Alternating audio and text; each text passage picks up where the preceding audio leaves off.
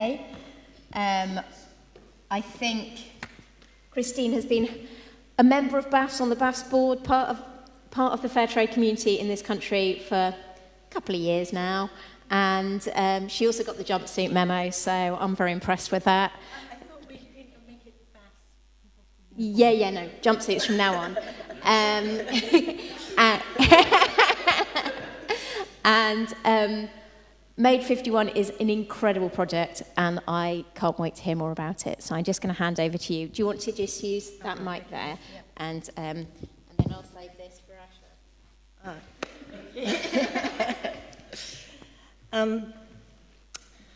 So Safia Mini, somebody who founded People Tree and a major fair trade body in the UK, says to us that if we ignore refugees, fair trade is going to lose its relevance.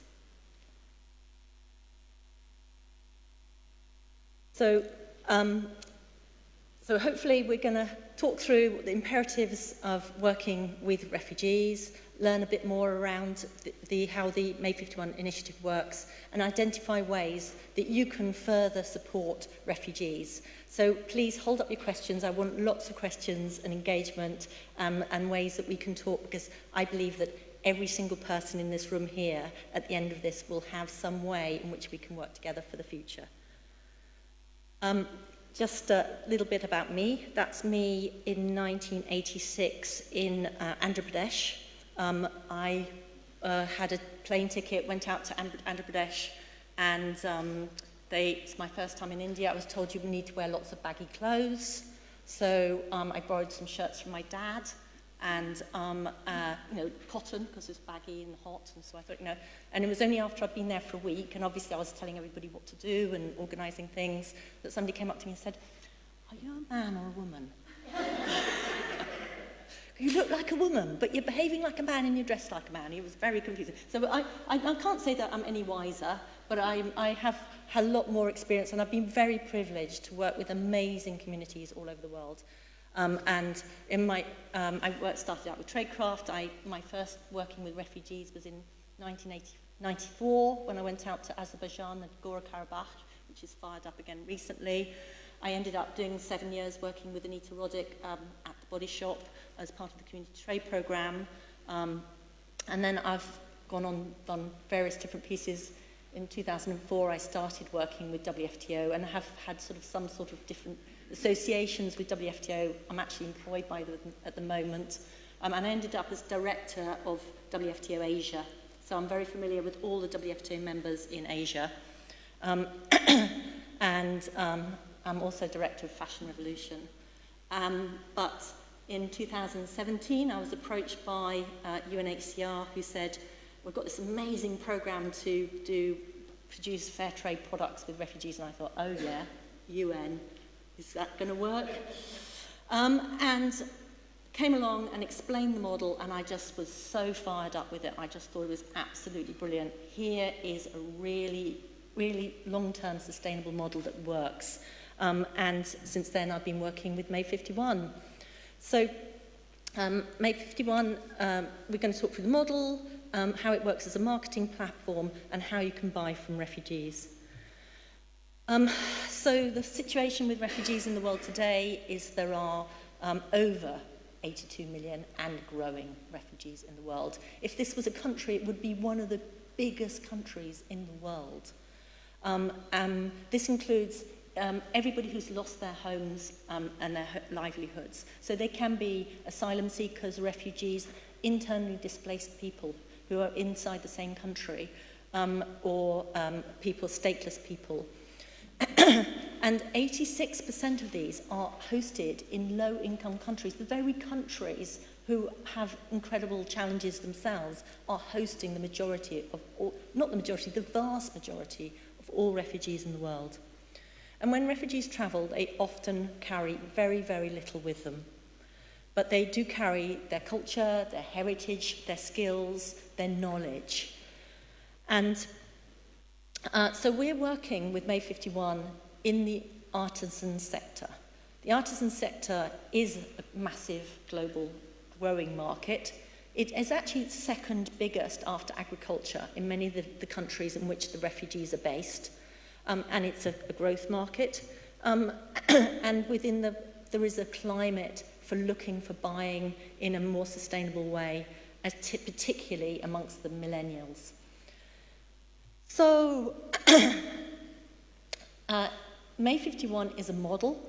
It's not the answer to how to work with all refugees. It's a model of how we can work with refugees in the artisan sector.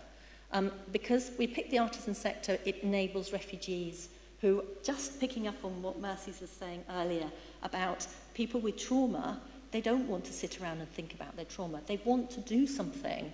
It enables people to get on and do things. You know, the myriad of challenges that a refugee has, sorting out the paperwork, sorting out the water and the food and the ration books and getting your kids into school, but at the same time earning an income and generating empowerment and self-dignity through work. And also inclusion. Many refugees find it challenging to come out of where they are based. Maybe culturally they find it challenging, they find the environment challenging, and coming out into groups and working together is a very important form of inclusion for refugees. So, this is the model, which I really think is a very, very strong. We have to work with the UNHCR offices. You cannot get access to refugees. People ask me, do I go to refugee camps? I have been to refugee camps, but not very often, because they're very difficult to access. I mean, they are, you have to get permits and apply weeks in advance and give justified excuses, reasons. And so we have to work with the UNHCR office, who identify the refugees for us. They have a very light touch approach. They just say, yes, they're refugees, yes, this is a legitimate trade, and they facilitate the enterprises that we work with to have access to the refugees so that they can work together. They also have a protection assurance tool. They kind of check that we have a do no harm approach, so the trade does not increase harm that's being caused. Exactly what Mercy was saying. Often people who are traumatized come together, they are working together. You don't want to say, okay, let's sit down and talk about your problem. Actually, let's do some activity together, which then brings people together and enables them to form a group, start to be productive, very often in different ways. And this starts the production process. Also, groups of refugees might be sitting together doing some metal work, making bags for the NGOs that come into the camp. Or we work with refugees in not just camps, but also in urban situations, any refugees. But there are groups of refugees getting together, making things, earning a living, and the UNHCR staff are able to identify those people for us. It is all about the refugees, and that's why we do May 51. But the refugees, we can't expect them to do too much. You can't expect them to be setting up websites, doing export, registering as organisations. These things are out of the access area of most refugees. But we do encourage them to be very strongly part of the May 51 model. We get Syrian refugees in Lebanon to talk to Syrian refugees in Jordan. We've had Afghan refugees in Pakistan talking to Afghan refugees in Delhi. We try and network and bring them together language-based so they can exchange knowledge and realise they're part of this global network. This is a group of Syrian refugees making products for tribology based in Jordan. But the key part of this is that we work with local social enterprises. Local social enterprises are what you would probably call fair trade enterprises, social enterprises, they're enterprises with a social and environmental mission, usually based in the same host country as where the refugees are. And this is who we have the day-to-day contact with in terms of they're the main actors, and they're partners in May 51. They are actually part of the whole process. They're collected together, they have a council who they elect, And that council, longer term, will be part of the administration of May 51 as we move into the future. They have to be registered. They don't have to be WFTO members, but we encourage it. They have to have a social impact. They have to be open, financially transparent, so we look at the accounts. They have to have market presence already. We want organisations, the enterprises we work with are partners and market the products for May 51. May 51 is a collaboration, and the enterprises already have to have a market presence, a website, selling mechanisms. But at the same time, if they're not already working with refugees, some of these enterprises are already working with refugees. Some of them are about to say, okay, there's a group of refugees that we know about, and they need a market for the product. So they must be prepared to take on a May 51 product range. And we do lots of communications, so be part of that open communicating structure. So you have the existing social enterprise that brings its current customers, its current supply chain, its current order management process, and its current marketing structure.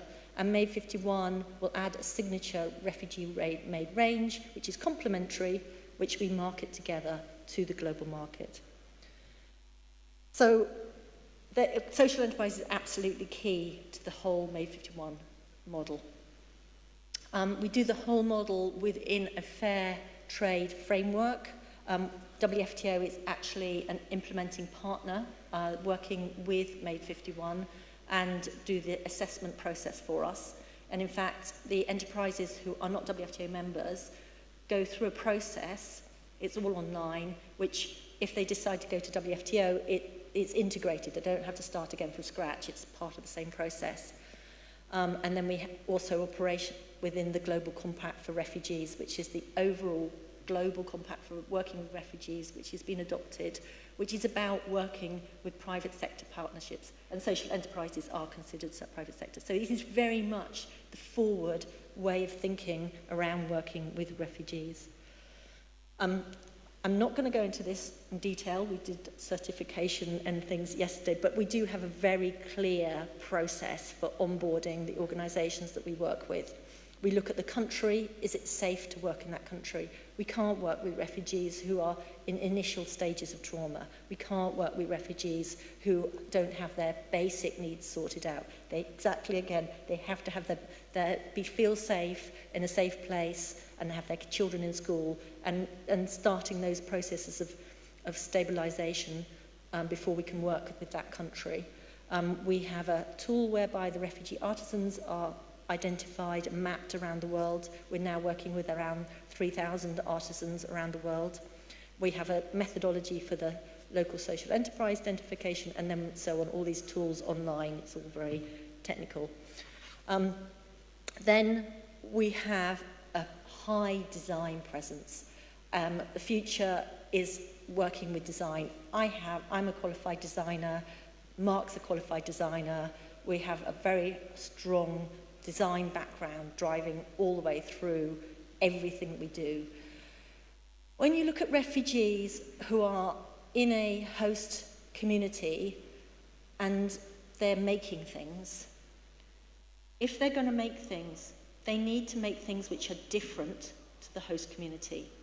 If they make things which are the same as the host community turn around to them and say, "You're taking our jobs. You're taking our jobs. What are you doing here? You know, where's your home? Why haven't you gone home?" If you create new products, unique products, and you sell them through a host community registered organisation, you are creating work for the host community, you're building bridges, and you're creating work and wealth for that country, many of which are already low income. So producing unique products is absolutely essential for May 51. We only work with artisanal. It's not the answer to all working with all refugees, but for us it works. You have the refugees who are working in their wherever they're working, and maybe they will be moving, maybe they will go to a third country, maybe they'll return to their homes. So by having artisanal production, one, it's not capital investment, and it doesn't present resentment from the host community who say, oh, why are they getting all that money spent on them rather than us? So there's no big capital investment, no big capital infrastructure, which enables, again, builds resentment, but it also enables the refugees to take that skill to another place if they move. I mean, we've even had a story of somebody who moved to Canada and actually took their weaving skills and was teaching weaving in Canada as a part of their new home. So it's important that people actually, for us, high artisanal part of, and we do it in the costing and pricing, we want to see that artisanal hard hand labour work in the costing and pricing. So unique product, artisanal, reflect the traditions and heritage of the refugee artisans. So making something which reflects their homeland rather than their host's land, appropriate and locally sourced raw materials or refugee materials, and then we look at the costing. It has to sit alongside the social enterprises costing and pricing. It also has to generate a fair income for the refugee artisans. And there we have it. So that's the Made 51 collection. So you can see here these Afghan products made in Malaysia, Myanmar, Burmese refugees in Thailand, Malayan refugees in Burkina Faso, Syrian refugees in Lebanon, Burundian refugees in Tanzania, a mixed group of refugees, so with the details in there, from who are very often women in vulnerable positions in Nairobi, who are based in Kenya, Afghan refugees in Pakistan, mixed African refugees in Kenya, Syrian refugees in Jordan, and again, Syrian refugees in Lebanon. So, you know, this is just a taste. We're working with all these products, skills, and we're incredibly skilled people that we're working with. But it is a collaborative model. Made 51 is owned by UNHCR, but UNHCR doesn't have a business. It cannot have a business as a UN agency. So we rely on partners, such as potential partners in the room here. We rely on partners, the enterprises themselves, to bring Made 51 to life. So we've had some of our costs for Ambiente, helped by Ambiente Mesa.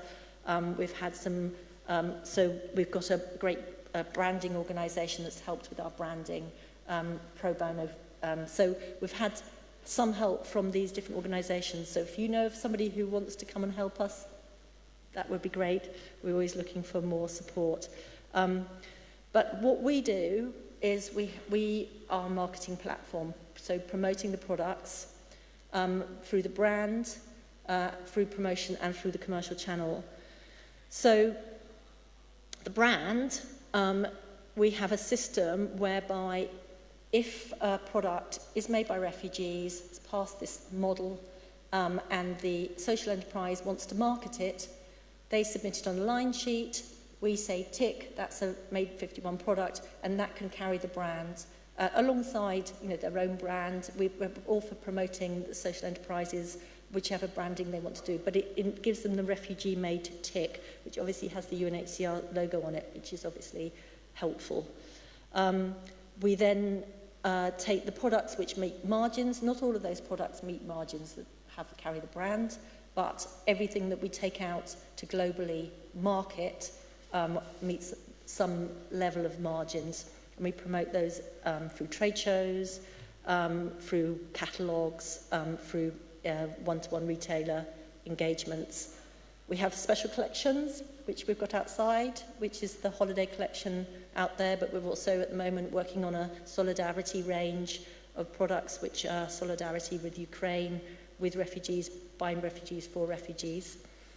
And then we have a shop. So we have the online shop, But that is actually only the sort of tip of the iceberg of all the work that we've doing. We've had strategic retail partnerships, so Uniqlo have bought from us. This is the second year they're buying from us. This helps us a lot in terms of moving forward. So, how to support refugees? I can put that there. How to support refugees. I do really believe that everybody in the room here can engage with this in some way. And this model is the right model. I think we often look at empowerment as being the full range of empowerment, but for refugee groups, they need to work with social enterprises to deliver the product. And we at May 51 at the moment, we're going through the process of taking May 51 from being inside UNHCR to how it will be a commercial entity, but it will always have an part which is on the cusp between development and trade. And that needs support from external partners. And so the likes of Brand Opus helping us is really important to make that happen for our commercial viability. Making sure that we stick to the model,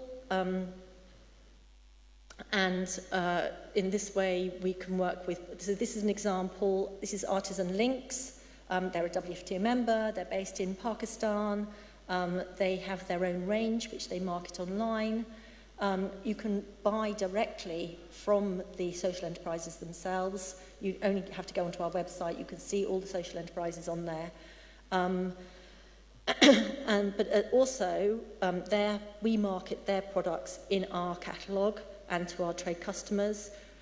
We picked up on Chloe collaboration, and this is Artisan Links, Afghan refugees embroidering on Chloe bags, which unfortunately are not in the UK. I took my husband into the Chloe shop in Bond Street in his raincoat to have a look at the Chloe bag, but it wasn't there, it's only in France. But yeah, so these products are also helping with the profile and developing May 51 to the public. So we have the special collections. So the holiday collection, which is out there, I think a few of you have retailed it already. So, yep, hands up. Yep, brilliant, thank you. And we're very keen to have that continued support. We've got people who are like university lecturers who have a small range and they take it with them when they go out talking about fair trade. You know, there's different ways that you can use them to support them if through retailing, through exposure, through advocacy. We have a shop which is now gone from pop-up to full-time in Brighton. But, you know, if you want to open up a shop, May 51 shop, talk to us. We're very keen to support that. So that's a whistle-stop tour around May 51.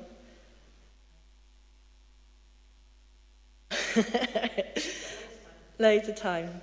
So we're now in 23 countries. We're working with social enterprises and growing.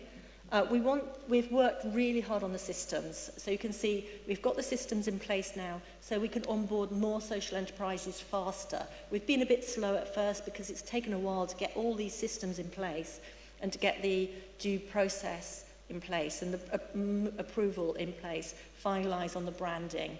But now we're really geared up to expand and grow. We 82 million refugees in the world. We need to grow and be more effective and reach more refugees. So we aim to really reframe refugee artisans so that they feel empowered as part of, so they're through their income, their skills and linkages, and actually reframe them as talented, positive contributors to the community. It's about positive reframing of refugees. If you look at our branding, our messaging, our storytelling, it's about reframing refugees as positive contributors to communities. And we feel that's a really, really important story to be telling to the public. we see the social enterprises as absolutely essential to the whole process. We grow, they grow, we grow together. It's part of the process of us growing together to make 51 a commercially viable, long-term sustainable model. Bringing beautiful, unique products to market, something I'm very passionate about, and keeping cultural traditions alive. So that's the goals of May 51.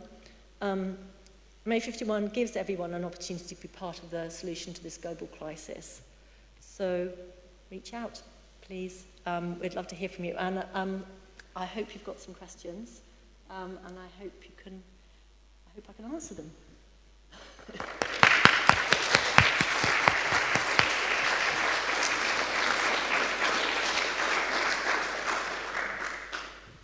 Okay.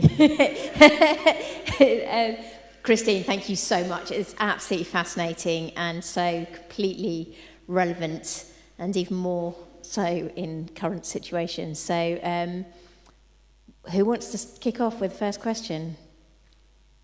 You do? Okay. I'm gonna give it to Lydia. I will come back to you. Thank you so much for that. I think that was amazing. And one of the things that I really love about the whole thing, as well as you're making such a positive impact, is the design element, and the thing that you are really creating things as high quality, and you're really bringing kind of fair trade into the mainstream. Like, I don't know if that's the right thing to say, but yeah, you're making it amazing, beautiful products, beautiful branding, and it's something that we can all learn from, trying to market beautiful fair trade products. One of the things that I wanted to ask was about how many people are inputting into it other than refugees, and how does it work? Like, how do you make money? How do you pay staff? Yeah. Thank you, Lydia. Okay, so it's a good question. We rely very highly on the social enterprises. They are our network in terms of our commercial partners. We also have a commercial partner based in Hong Kong, and we do our fulfillment at the moment through Tradecraft here in the UK, in Newcastle. We also have a fulfillment agent in America, and we do fulfillment straight from Hong Kong. So we have 3 fulfillment centres. And if you place an order, the order is actually placed on our commercial partner in Hong Kong, because you, an agency, can't have a business. So we work through that. We're a small team. We're 5-6 people, and we do all the kind of overseeing of the whole organisation, based across Germany, Geneva, myself, 2 of us in the UK. And so we do the programming, one person based in Singapore, oversee the orders, oversee the purchase orders, oversee everything. That team of 6 does everything. Then the fulfillment partners do the final check, packaging and distribution. And then Rice takes the money and manages the money for us. Does that answer your question? Did you want to know more about how you can go and work and design and work exactly with just for chance? Because I do. So Lydia's an amazing designer and has got lots of hands-on experience working with people with disabilities in Africa and in Ecuador. So if you need a good jewellery designer. Well, the Venezuelan crisis is also really massive. I mean, there's more than 3 million Venezuelans outside Venezuela. I mean, it's just, all of us who work in South America, it's just unbelievable. We would love to work with Venezuelan refugees in Ecuador if you wanted to work with them. We have a roster of designers. If you go onto the May 51 site, if you can't find it, I'll point you where you can sign up to be a designer working with May 51, but I have to say, at the moment, we just need to take it to the next level in terms of how we work. That's a piece that we really need to engage in, how we work it out and how it's paid for. But we would love to work with more people, more design, but particularly actually South America we really like to work with that. We're working sort of. Yeah, I think it's one thing. Sorry, I've basically got the rest of the questions, and I've got the mic. So, I think I can completely understand what you're saying about making different products. I know that we work with different groups in South America, and it's such a different mindset to try and get people in. We see it here in the UK. The refugees are coming here. They're taking our jobs. They're taking our benefits. They're taking our hospital places. It's exactly the same conversation. It's the same dialogue. All of it. Why do they come here? And I have conversations time and time again. Actually, people are only leaving their countries because they're really desperate, and they would prefer to be in Venezuela. But if their own government are screwing them over, it's them making it impossible. But I just don't know how you get over it, and how you get over that, and how you have got experience of getting over those sort of barriers within these contexts, if you have examples. Of the prejudice? Yeah. Prejudice. I can share a challenge that we have. Yeah. So, for example, we've mapped a group of refugee artisans who are Rohingya women in Hyderabad. Could we find a social enterprise to work with them?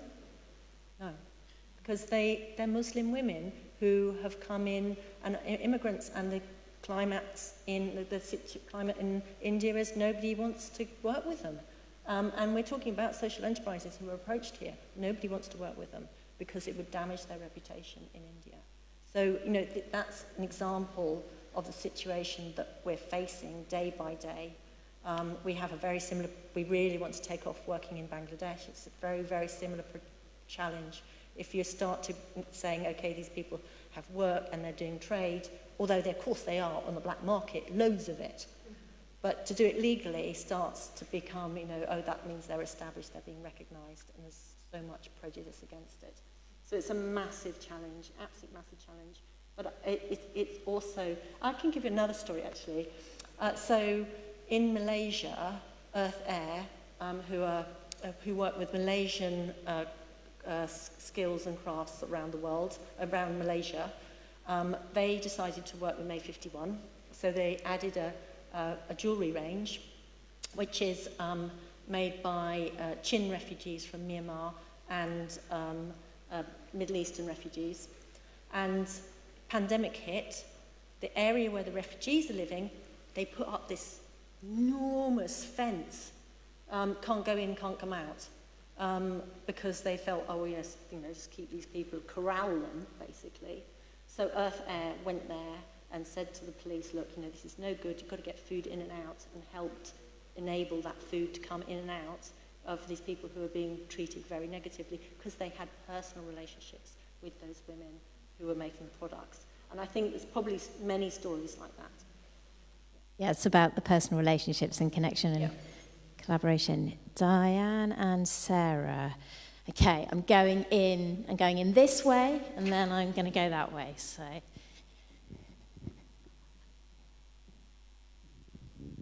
looking at the photos, I'm wondering whether or not are these refugee communities long-term within other communities, or are they actually camps where, again, long-term and they become a town in themselves? I mean, what sort of percentage is within refugee camps, or actually are people coming out into communities? And then you're talking about the Rohingya women, and I'm assuming they're now within the city, but... Yeah. Indeed. I couldn't tell you a percentage, but probably I'd say half and half. Roughly, it might be 60-40, but I'd say half and half, camps or other refugees who are outside. Because some camps, for example, in Burkina Faso, most people are in camps in the north, but they come down to Ouagadougou to sell their products, and they're allowed to do that, but where they get their schooling and where they get their rations is in the camp in the north. So it's not even that fixed, about who are camps. But then you have other camps which are really fixed and you can't go in and out of at all. But the products... And then are they seriously long-term? Yes. Camps, I think one of the shocking things own? that I found, really shocking, working with UNHCR, is how long people are in refugee camps. I mean, in northern Thailand, people go to northern Thailand on holiday, and there is 80,000 people who are living in refugee camps who've been there all their lives, 24 years old, born and live in a refugee camp all their lives.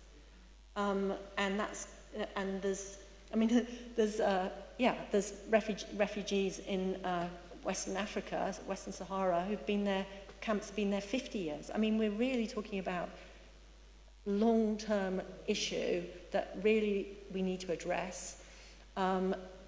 Obviously, we can't work with refugees when they very first arrive in a camp. They have to sort of settle down and be registered and that sort of thing that UNHCR does. But some of these camps have been there going a really long time. Some of them less, some of them much less, more recent. The Sahel situation, the Mali situation is more recent. So it varies. I mean, the Syrian camps have now been there a long time. I mean, they're massive. The 800,000 Rohingya in Bangladesh, that's been there a long time. These camps are becoming fixtures.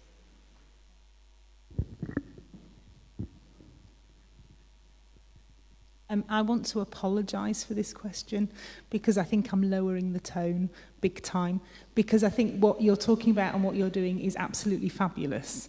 And I understand that it'll cost a lot of money, but when I see these beautiful products and I see the price point, that is a real barrier for me to get involved as a retailer. And I'm wondering whether you think there's any hope in getting those prices down. It's a good question. It's a very good question. As I did talk about price quite a lot because of that reason. We work with UNHCR. UNHCR go to the camp and they monitor exactly how much is paid to each refugee artisan. It's important not to pay them more than the host community. So, they shouldn't be paid. Again, we don't want to build resentment, but they have to be paid fairly. And we are very clear about how much gets paid and how much is monitored. So we're starting from that base position. Then, from there, we multiply up the costs as everybody else does. And actually, I was in the supplier workshop we were talking about yesterday, our markup is less than a really conventional markup is. When I worked at the body shop, they looked at, we as working on sourcing, we're being asked to produce 6.5 from FOB to retail, 85% margins.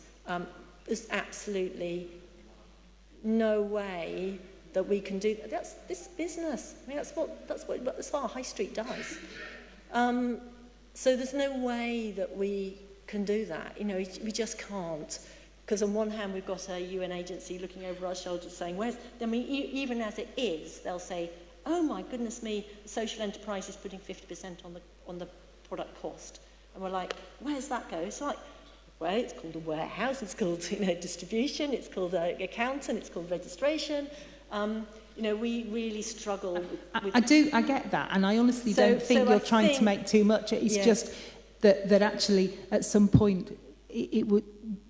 I don't know whether it's economies of scale or something, or whether the reality is that it's such a difficult market and such a difficult group of producers that actually it's always going to be high-end prices. Yeah, I think, that's something that maybe BAFS as a group could talk about, like say, well, we would like to do one piece of the holiday collection, one piece, and sell it in all our shops and brand it with refugees from BAFS, and we'll get quantity that we could achieve a different... we're open to anything. We really want to achieve sales. We also see this audience here as our colleagues. We know, just like, when something goes wrong, you are the people who will stand firm, where the other people will walk away. We know that. So we would like to work with the fair trade market and support as much as possible. And if we can find a way to do it, we'd do it. But just let's talk together and see how we can find a solution. Thank you. Can I just add a quick comment on that? I'm so sorry, I'm just hogging it now. In terms of the holiday collection, who has actually tried it in their shop? So, Lencina and... Because I actually think that that's quite a good place to start. It is I mean, they're not cheap, because I know you can sell Christmas decorations that are of a premium. You have done? Yeah. And people do buy them. And we're not a shop, but we've done Christmas pop-ups, and we've done a sample sale and sold them, and actually sold out and did really well with them. So I'm just thinking that's... But I think the idea of doing something that is Baths, branded across the shops, and we could all put on our websites, and it could be really interesting. Yeah, let's have a chat about that. Lencina, that's your job. Okay.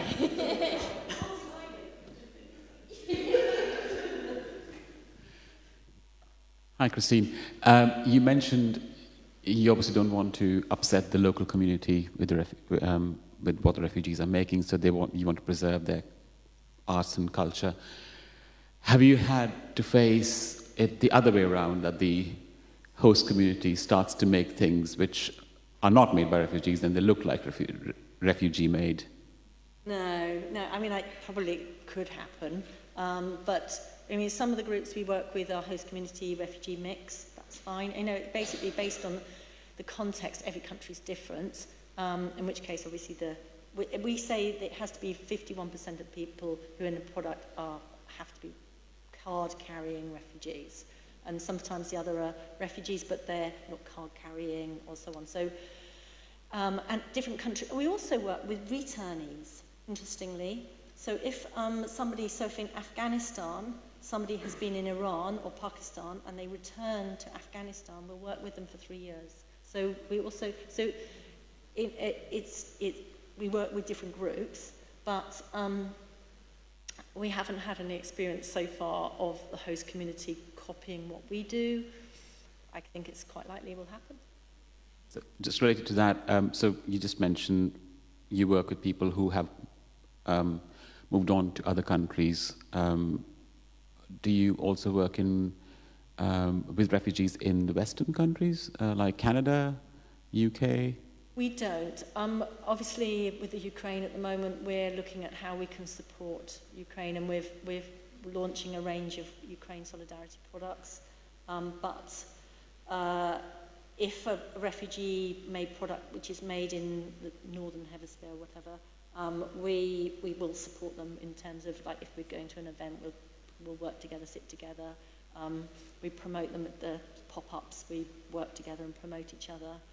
So we'll collaborate, but our focus is really very much on the countries.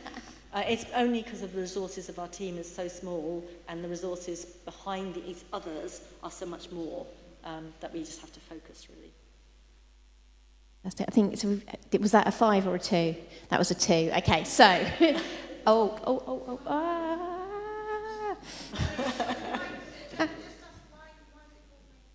Oh, good question. Handmade, and 1951 is the Convention of Refugees. It's the 1951 Refugee Convention. Good question. I should have said that. Interesting. Final question. You've said that the UN can't own can't own an organisation, but there must still be and you've talked about it being a collaboration, but there must still be like an umbrella where you have to do the boring stuff like file accounts, taxation. Where does that sit, and who monitors? We've talked a lot about monitoring. Who monitors your organisation? We have a contract with Rice, who are our commercial partner in Hong Kong. So that's a contract. It's a very, very legal, detailed contract, and we monitor all the finance that goes in and out of that account through Rice. So that's that. But who monitors Made 51? As a brand, as everything you do, or are you monitoring yourselves in effect? so I'm actually employed by WFTO. Yeah. And so WFTO looks at the due diligence. That's their kind of part of it. Checking what we do. I mean, we go through so much scrutiny from UNHCR, you cannot believe it. I mean, we battle every day with justifying how we work, what we do, and where we are. We sit in the Department of Resilient Solutions, so it's part of that whole process. I think a lot of people at UNHCR have a very, very legal perspective, and so we have a lot of documentation behind everything that we do, to be honest. But it doesn't mean to say we're not open to new commercial partners. We have a contractor, so it's always on a contractor basis, and these are renewed. And in fact, the contract we have with Rice will end in June. Hopefully, we'll get a new one, and it will go forward again. But we have to take it to the best option in terms of value, not just in terms of value for money, but value in terms of environmental and social. Thank you so much. Thank you, Christine. Thank you, Mercy. And thank you, everybody, for your questions. It is now time for a tea break, which is quite exciting. So we've got an hour. And so make sure you go and speak to Christine. Make sure you go and speak to Mercy. Christine, it might be worth explaining to people about ordering through Fair. Yes, because... very good point, thank you. And I was supposed to have prepared a pre-recorded presentation about ordering through Fair, which I haven't done, I'm afraid. But maybe when people speak to